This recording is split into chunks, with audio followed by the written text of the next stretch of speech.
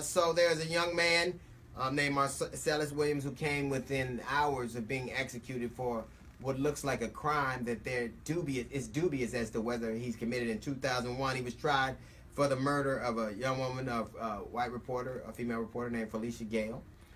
Very little evidence connected to him. None of the physical evidence did. The bloody footprint they found didn't contain his DNA, and it was the shoe was too big. There were no witnesses, no physical evidence.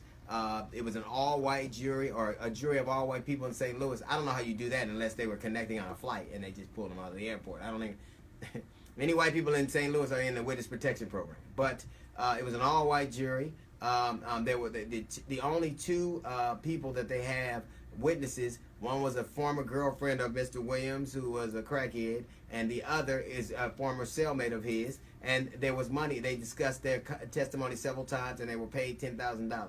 Now there's evidence that DNA evidence that his defense attorneys are saying exonerates him. Here's the situation. And now the Supreme Court has denied it because they said DNA did not exist at that particular time, and so they don't want to introduce it now.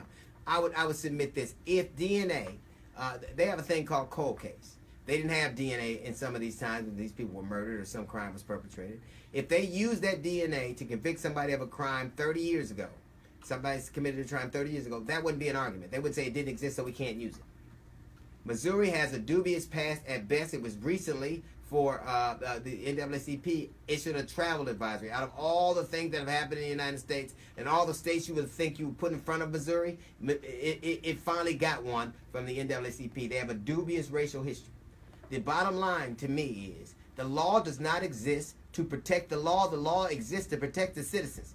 Mr. Williams deserves somebody looking at that evidence and to decide.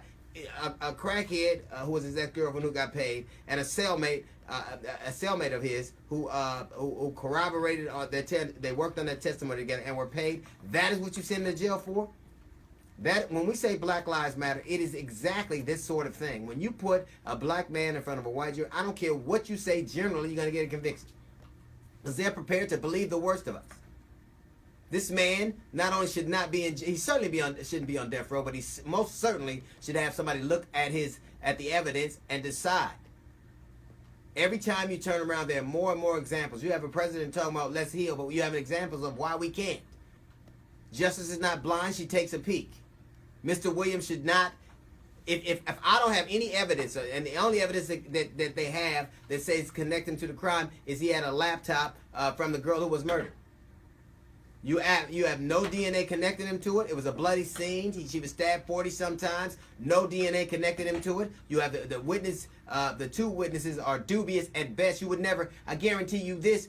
Any other time you would accept the testimony of a crackhead and a convicted felon. You wouldn't do that then. I think that we have to. Social media has an important role. It has more than just recipes or spiritual quotes or pictures of your baby. We can use social media to shine lights on things, and that's exactly what we should do.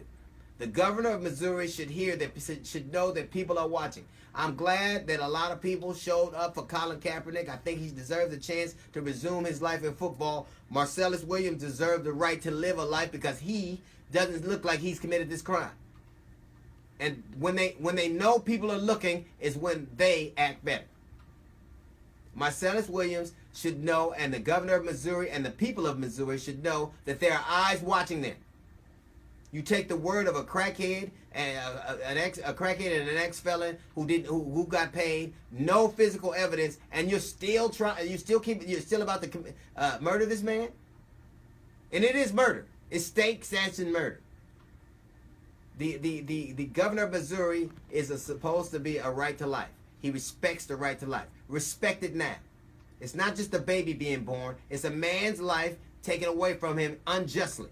He has a right to life too. And if it is that you won't do anything about this, and we're going to watch you and make sure it happens, if you won't do anything about this, your right to life stance is just a BS slogan.